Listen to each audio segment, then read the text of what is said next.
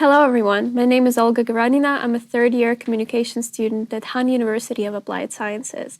Today I'm going to be your host for this online talk show. First, let me introduce the topic. Today we're going to talk about admissions, application, and housing.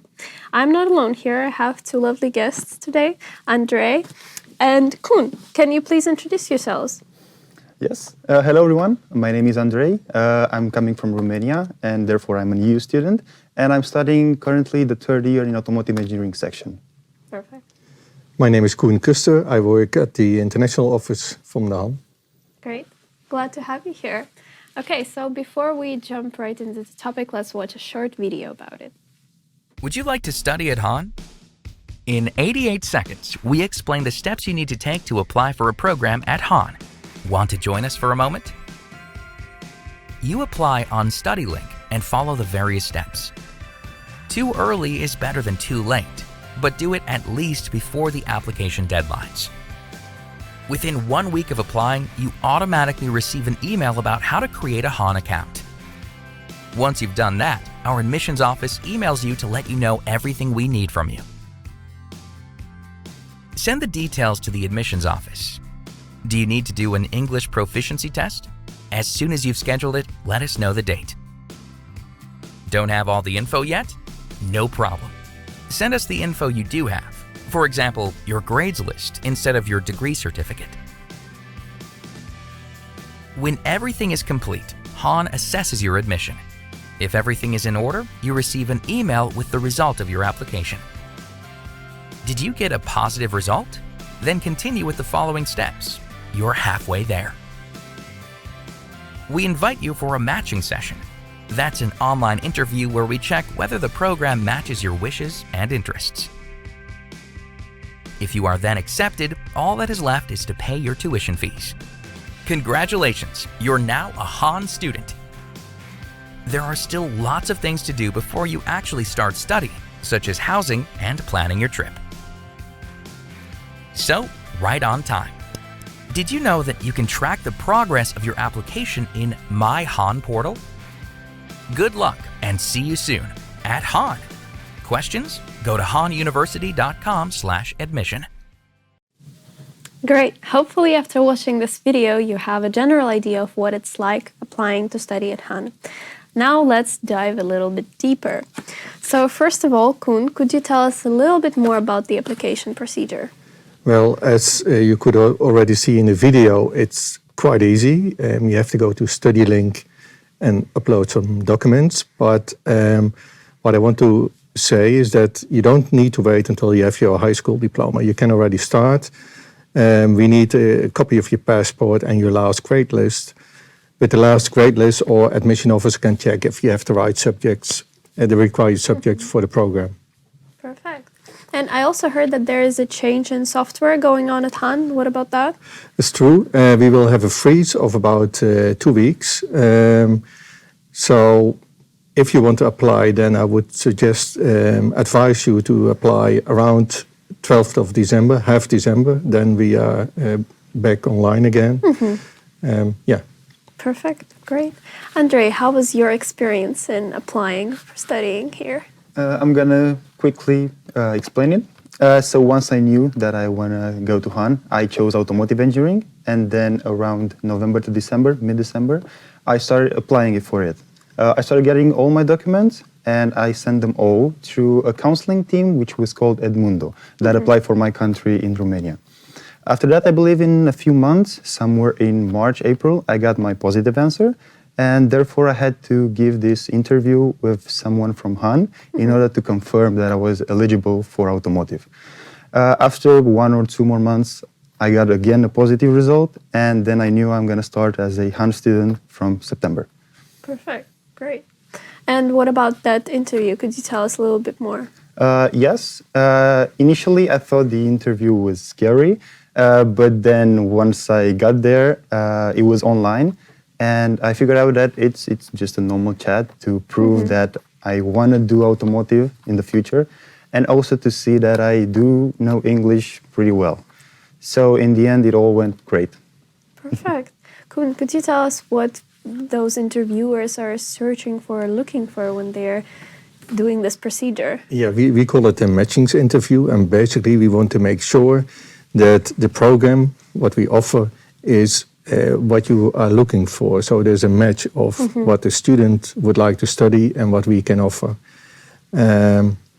So because if you're in high school, you probably don't really know what, for example, automotive engineering is about.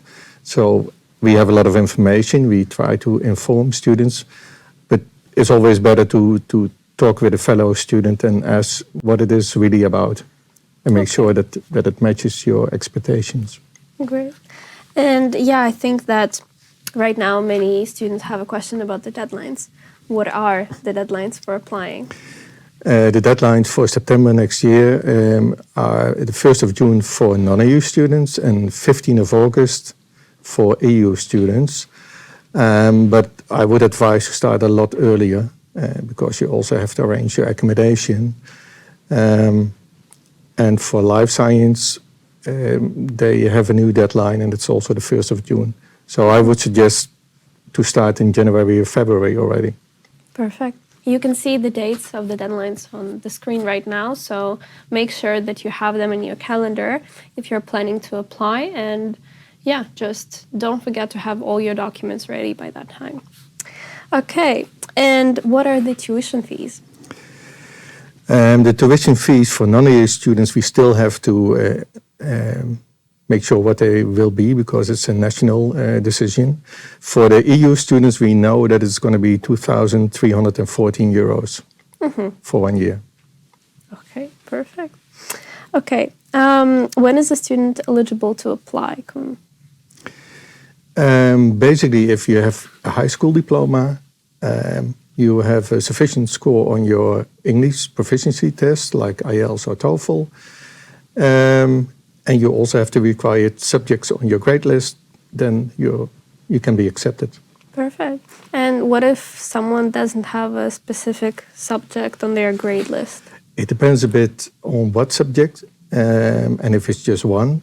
Per program, they offer a certain in-house tests, we call them. So you can prove that you, for example, if you need to do mathematics, that your level is sufficient. But it's up to the program. Okay. And Andrei, how was your process in general for you? How did you feel while applying? I gotta admit, you gotta be patient because it takes some time. I applied in mid-December and it got almost like 6-7 months before I actually entered university. But also, I believe sticking to the schedule and getting all the documents in time, it's really important. And I focused on that based on the information I got. And in the end, it just turned out well. What was most challenging for you in the procedure? That's a good question. I do believe it's the motivation letter. It's one of the required documents for the automotive engineering program. I consider it challenging because you need to express your feelings for what you want to do, for how you want to become, what you want to become in the automotive field in such a short text, like a small letter. You got to include everything about yourself. Yeah. And it might look easy, but it's not hard at all. Don't get me wrong, but it's challenging. Perfect.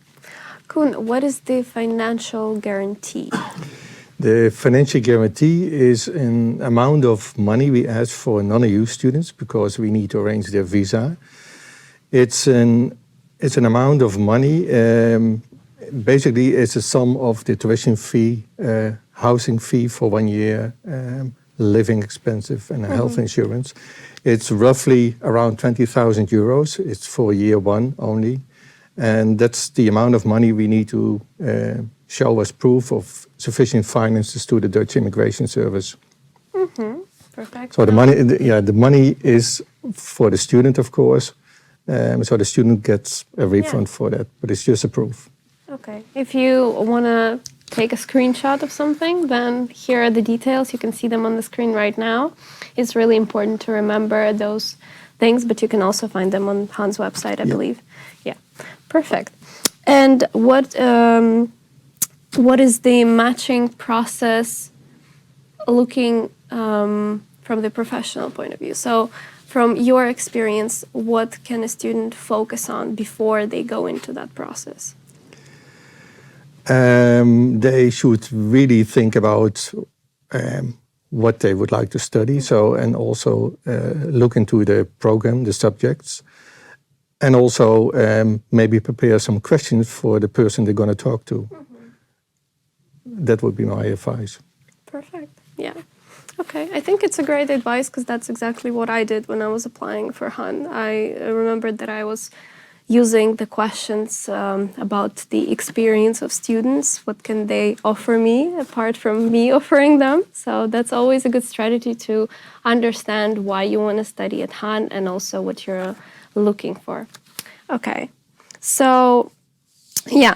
In general, I'd say that we have gotten a lot of information about this. And if you have any questions, you can already drop them in the comments. And then at the end of the session, we will have time to answer them. Okay. So the next topic is very important as well. It's housing. And first, we're going to show you a little video for non-EU students. Did you know Arnhem and Nijmegen are two of the best cities to live in for international students? Are you a student from outside the EU? Stick with us for just a couple of seconds to see how to get a room. The first step, already paid the financial guarantee including housing? Our housing department will start arranging a room for you. Then Han Housing will send you an e-voucher within 2 weeks of payment. Are you starting in September? Then they'll start arranging a room in May. Starting in February? Then you can expect to be notified in or after December. You can use that voucher within 1 week to choose a room on the Book Your Room website in your preferred location. The quicker you are, the more choice of rooms there is for you. Choose the room that suits you best. You can also choose additional packages like kitchen utensils and bed linen. SSH provides the rooms in Arnhem and Nijmegen for Han students. You will now receive the housing contract from them. Sign it and send it back. Congratulations! You will receive an email from Han Housing before the start of your contract with information about the check-in time right before the start of your study and more. Finally, come to check-in week and pick up your keys. Time's up! What now? Make it a nice home. Welcome to Han. One last thing, the contract is always for 1 year or 1 semester for February starters. You can find the locations of Han Housing rooms at hanuniversity.com/housing. Great, and now let's show you the video for the EU students. Did you know Arnhem and Nijmegen are two of the best cities to live in for international students? Are you an EU student? Stick with us for just a couple of seconds to see how to get a room. The number of rooms we're allowed to offer as a university is limited. We work with waiting lists on a first-come, first-served basis. After enrolling, send a request to han.housingoffice@han.nl as soon as possible so you get added to this waiting list. In the meantime, we recommend you also look for a room nearby on your own. Han Housing will send you an email with tips and tricks for finding a room. In your own search, don't forget to check if your room is furnished or if you still need to buy furniture, for example, secondhand. In June and January, we will know how many rooms are available for the Han waiting list. Based on your place on the waiting list, you may or may not be sent an e-voucher. Use this e-voucher to choose your room. Once you've chosen, leave your payment information as soon as possible. SSH provides the rooms in Arnhem and Nijmegen for Han students. You will now receive the signed housing contract from both of them. Congratulations! You will receive an email from Han Housing before the start of your contract with information about the check-in time right before the start of your study and more. Finally, come to the check-in time and pick up your keys. Didn't get a room through Han? Continue your own search. Found a room for yourself? Keep in mind that you'll need to pay a deposit. This can add up to a few months of rent. And time's up! One last thing. If you rent a room from SSH through Han, the contract is always for 1 year or 1 semester for February starters. After that, you need to look for a room yourself. You can find the location of Han Housing rooms at hanuniversity.com/housing. Welcome back. Hopefully those 2 videos gave you a general idea of what the housing situation is like and what do you need to do. And now we're gonna dive a little deeper into that and answer your questions. So first of all, Andrei, what was your experience with housing in the Netherlands? I knew since the beginning that housing was tough topic to talk about. So once I applied for Han, I immediately knew I was on the waiting list to get a housing. But I did not count on that, so I tried to search by myself on different websites, on Marktplaats, for example, or some Facebook groups. But in the end, I consider myself very lucky because SSHN contacted me and they told me, okay, you are good to go for 1 year. So I got my apartment for 1 year and everything went well. But even when I received the confirmation, I was still looking for other places because I just want to make sure that I was getting a house, definitely. Definitely. Could you remind the viewers what SSHN is? It's a non-profit student housing organization we cooperate with, and we rent about, over 400 rooms on a yearly basis from them. Perfect. And Andrei, how was the room from SSHN? The room was pretty furnished. So, for example, I had a desk, a chair, also the bed. And in some cases, you might also have a kitchen. If you don't, you're going to share with some other students. But also, as you've seen in the video, you could also get for a few extra euros some bed sheets, a pillow sheet, and also some kitchen utensils like cutlery and so on. And that's really helpful. So I do recommend you take those packages. Perfect. And you can see on the screen the examples of the rooms that we have. So this is pretty much how it can look. Of course, you can always decorate your room however you like and make it a home.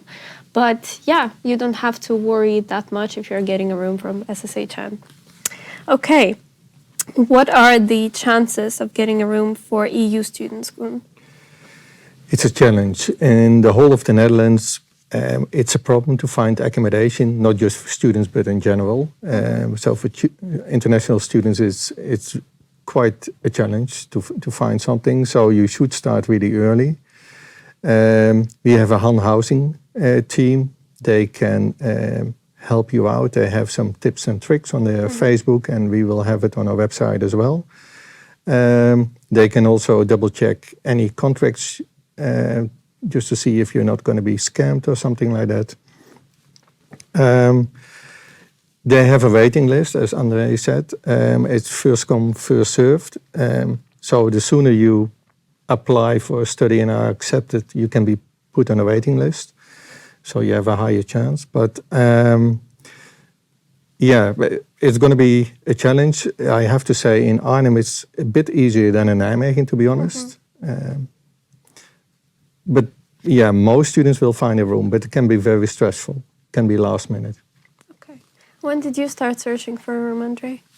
That's a really nice one because I started right away, right after I started applying for Han. I was a bit scared in the beginning because all of the other rumors that it's a hard thing to find a room. Just right away. After being on the waiting list, I also, as I mentioned before, I started looking on different groups from other students that are renting out some places, Facebook groups, Marktplaats. Even applied for Han housing to get some more information, maybe if they can help me out. And that's a really nice one because they can always help you out. You can ask them anything and they're going to answer you. That's great. And so the first year you were living with SSHN, and what about next? After my first year ended, the contract ended, of course, I got a little scared as well. But I applied for something called sort of a lottery system on SSHN website. It's basically every week, around 100, 200 students apply for the same room, and in the end, they choose one winner. It's a lot called. I got lucky again, and I got my room in the first week. But during this time, I also searched for different places, and I even went to view one other room, a private room, and it was pretty good, but I did not jump right at the offer because I was still waiting for the answer from the waiting list, from the lottery. So in the end, for me, everything turned out well, but I really consider myself lucky. Even so, always search up for different rooms. Always have an alternative, a second option, third option. The more, the better. I think that's a nice tip for the prospective students. Always have many options. The more the merrier, because when you're coming here, you want to be sure that you have housing. You want to be sure that everything is in order and that you don't have anything to stress about. So yeah, make sure to find a room on time. Make sure to register at this SSHN if you're searching for a room later on, because you might get lucky again. So yeah, those things are important to remember. And how about the private sector, Koen? What can you tell us about that? There are a lot of rooms in the private sector. The prices differ a lot. So it could also be a little bit more expensive, and most of them are not furnished. So that's the big difference. Yeah, and as we already said, there are some websites, some links where you can find those rooms. Sometimes people put a note on the bulletin boards within the school, so also ask the international office if they know about something. Yeah, but a lot of students find a room on the private market. Okay. What do students need to look out for when they're searching on the private market? Well, besides the price and the location, also make sure that you don't send money right away. So if you get a proposal and you're not sure, ask the colleagues from the housing team to have a look at it. I would advise it, because they also know Arnhem or Nijmegen pretty well, so they know if a room exists and where it is, so they can give you some advice on that. And what if a student cannot find a room? Yeah, that's maybe not very nice to say, but then I would advise not to come and try to postpone your study, because otherwise it would be so stressful. Then it's not a good start of your study, so then I would not come. Yeah, I can imagine. No one wants to be searching for a room and studying at the same time. Yeah, I mean, especially in July and August, everybody's looking for a room, so it's like the peak of people looking for rooms. So if you don't have a room in August, then you better not to come anymore. Okay. And what could you recommend students to take with them, Andrei? That's more of a personal question. I believe something that will remind them of their home, because I believe for the first time they're going to be away from home, away from friends, and something maybe culture from their own country, or something from their family, like a picture, family picture of their dog or their siblings maybe. But also when it comes to day-and-day life, maybe get some cutlery with you, so you can just use right away, or maybe your favorite pillow. You can also use that in the plane, perhaps. But your personal sheets, of course. Some people just are afraid of using a new other sheet. They're just comfortable in their own sheets. So those things are pretty useful, I believe. Yeah, definitely. So take something that brings you comfort, take something that you find important for you, something that that you remember of your country, of your family and traditions. And hopefully you will make a home here. Great. If I may add, for example, being a Romanian, I do consider that we have plenty of food that is really different from here, and sometimes I miss my home food. So every time I travel here by plane, I just take a few things from home made by my mother or my father. That's a good tip, definitely. Yeah. I can definitely relate to that one. Yeah. Okay, and any final tips for those students who are searching for housing? Well, I think we already said it. Try to start early. Try to use your contacts. So try to get in contact with students who are already studying here. So on Facebook, they always have tips and tricks. For example, third-year students have to go away for study or placement abroad. So a lot of times they rent out their rooms. So try to use all the contacts you have. And you, Andrei? In addition to that, I would say time. Be on time with everything, starting with the documents that are mandatory for applying to HAN, and then continue with housing, and every time have a second option, as you mentioned before. That's really important. A backup plan is always welcome. Definitely. Okay, let's have a quick recap before we go into Q&A session. So the most important thing of all, start early. When you get your acceptance letter, start searching for housing. Situation with housing in the Netherlands is complicated because the country is small, so there's not much we can do about it, but you can be organized, you can be proactive, and definitely you will find a place. And if you're coming with a contract from SSHN, then the first year you don't have to worry about anything. But then when your contract expires, you need to find a place by yourself. So also keep that in mind. And when it comes to bringing stuff with you, just make it personal, make it something that brings you comfort and reminds you of home, because that's something that will definitely make you feel better in times when you feel struggling, because we all know way too well that the first year studying abroad is complicated, but you will get through it. Just believe in yourself and make everything organized. So yeah, good luck for you with that. And now let's have a Q&A session. If you haven't already put your question in the comment section, please do that now, and we will already start answering the questions that we have right here. First question, should students wait for the matching interview before looking for housing or start right away to look for housing? How did you do it, Andrei? Me personally, I looked even before because I was aware that it was really hard to find. And I was really convinced that I want to participate in Han. So I just even looked before. So I would say yes, look before, even before the matching interview. And yeah, I would advise you to do so. What about you, Koen? I think the same, because the appointment for the matchings interview, depending on the program, could take some time. So I would start looking as well. Also because the matchings interview is an advice.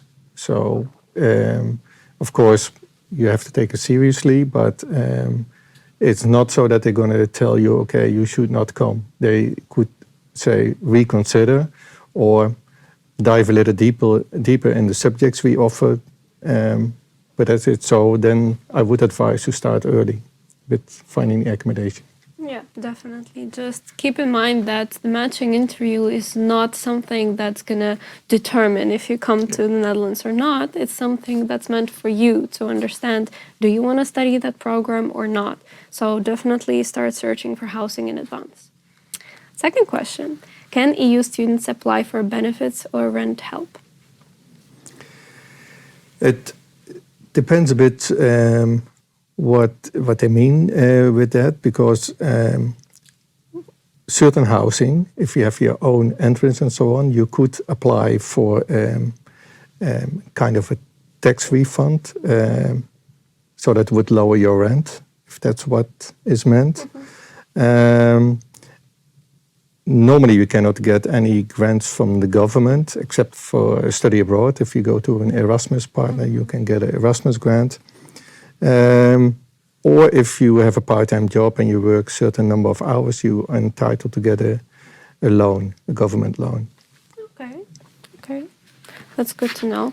And yeah, if I can add on top of that, I think that the most important thing when you are renting housing in the Netherlands is to understand that you will have to pay a certain amount of money, and if you want to spend your time and have a student life and be active, then it's probably better to also search for a part-time job. And the market, the job opportunities for international students is huge in the Netherlands because everybody speaks English. It's not only Dutch, so you can easily arrange that. And there are students here who already do that and who can definitely help you out with that. I would like to add something to that. We normally advise students not to take a part-time job in year one, because year one is the most difficult year. Yeah. As you already saw in the video, it's quite easy to apply. By Dutch law, we have to accept everybody who has a certain high school degree and a level of English. So that's not so difficult, but the big selection starts in year one. So at the end of year one, you need to have 75% of all the credits that year. Together with the culture shock, living on your own, you're 17, 18 years old, you have your own room. You have to find a balance between social activities and study. That's the most difficult year. So we normally say don't start with a part-time job until you're sure that you can get all the credits in year one. That's a good tip. Yeah. Yeah, I totally agree with you, Koen. That's exactly how I did it. In the first year, I did not work at all. I was just focusing on the studies to get my credits and all my exam passed, and also the projects. Starting with the second year, I started working as a part-time, and it turned out pretty well. Like I was able to combine both studies and both working and earn some extra cash, which is always helpful. Yeah. Okay, that's great. Third question: how does Han Housing help EU students to find accommodation? Well, by keeping an eye out for new web links, they also sometimes get offers from people who have rooms to rent, so they put that on their website, on their Facebook page, I should say. And I mean, they can advise you where to look. Sometimes by just looking at a different location, not just in the center of a city, you might have some more options. And then you just have to take in mind that you need to have a bicycle, for example, and cycle for 20 minutes. Yeah. That's a good one. Yeah. About bicycles, actually, while we're waiting for other questions, it was such a big shock for me that everyone is using bicycles here. I remember that when I just came here, I thought that, okay, well, Netherlands is a bicycle country, I will get used to that. But it actually took some time to learn the rules on how to do it on the roads, who goes first and all of that. And I wanted to ask you, Andrei, how was that? Yeah, exactly. I experienced it the same way. It's like you are in a car, but you're actually on a bicycle. Like all the infrastructure is just as if you're in a car. Mm-hmm. You gotta give priority to left and right and watch out for other people and other bikes as well. You gotta be careful. Yeah. And everyone uses a bike actually. More than 90% they do have a bike to just... It's sometimes even easier to travel by bike. It's just 2 minutes away for a shop, for example, or even to go to university, 5 minutes. It's perfect. Yeah, it's pretty doable, I'd say. And in general, I feel like in the Netherlands, you don't have to use the car that often because you have trains, you have public transport, which is so easy and so accessible, and the bikes everywhere, so yeah. Yeah, sometimes that's even faster than using a car, exactly. The train or the bike. So that's amazing. And now we have another question. Do all rooms have shared bathrooms? Probably a question about SSHN. Okay, the rooms we get from SSHN, they have shared bathrooms and kitchens normally. And depending on what building you are housed, it's either with 1 to maximum 2 other persons, I think. Mm-hmm. Yes, most of the buildings, even in the private sector, they are still, you have to share the bathroom and sometimes even the kitchen. I do believe there are some, for example, in Helix, one of the buildings that's really close to Han, they have studios which have their own bathrooms and their own kitchens inside, but you need to expect a higher pay, like a bigger check for the room. Yeah, there are different rooms, so it depends on the location, depends on the building, on the type of the room you're renting, but just get ready to share some facilities. That's not that bad, I can tell you from experience. It's really fun to live in a place with different international students and to, for instance, if you share a kitchen, cook food from your own culture and to sometimes share that, have kitchens with different cuisines. It's always really amazing and you can just find out so much from just doing that. Okay, another question. What is a viewing evening? Have you been to a viewing? Yes. Okay. I've only been to one. So basically, for mostly private buildings, I believe, it's the case. You just book a time and then some agent comes with you and introduce you the entire room. It shows you everything from the kitchen you're gonna probably share with someone, the bathroom, everything, and lets you know what you have to pay, for example, electricity, water, and so on. Mm-hmm. So it's a really detailed explanation of the room you are about to rent or you want to rent. Interesting.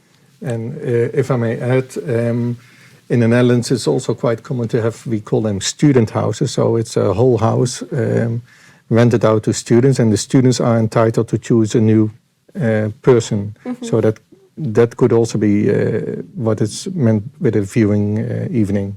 Interesting. So you have to introduce yourself, and they decide if they like you well enough, yes or no. So get ready to impress people. Okay. And I think in general with student houses, like Koen mentioned, it's always really fun to have a house from a private sector, but also share it with the students, because I think it's a whole different experience. It's just you live by yourself, but also with your friends. And I think it can be really fun to do that. So if you have any other questions to ask us, please put them in the comments and then we'll get them here. And while we're waiting, I wanted to ask Andrei, what was your culture shock when you came to the Netherlands? Wow. A lot of things actually are really different from my home, Romania. One of the biggest, I should say, is the cuisine, the food. Mm-hmm. It's really different. Sometimes I consider it a bit too expensive. For example, eating out every Saturday night, it's really expensive. As a student, I don't think you can actually afford it. But if you, for example, start buying yourself the groceries, some pasta, you can do it at home for a really cheap price. Other than food, people here are really different, I would say, because even if it's a Dutch culture, everyone is willing to help you out because they all speak English. You would be surprised to know how most of the people speak English here. So that's a really helpful tip. Everyone can help you out. Definitely, yeah. Okay, perfect. I see that there are no more questions, so thank you all very much for joining this session. We hope that you got all your questions answered, and good luck.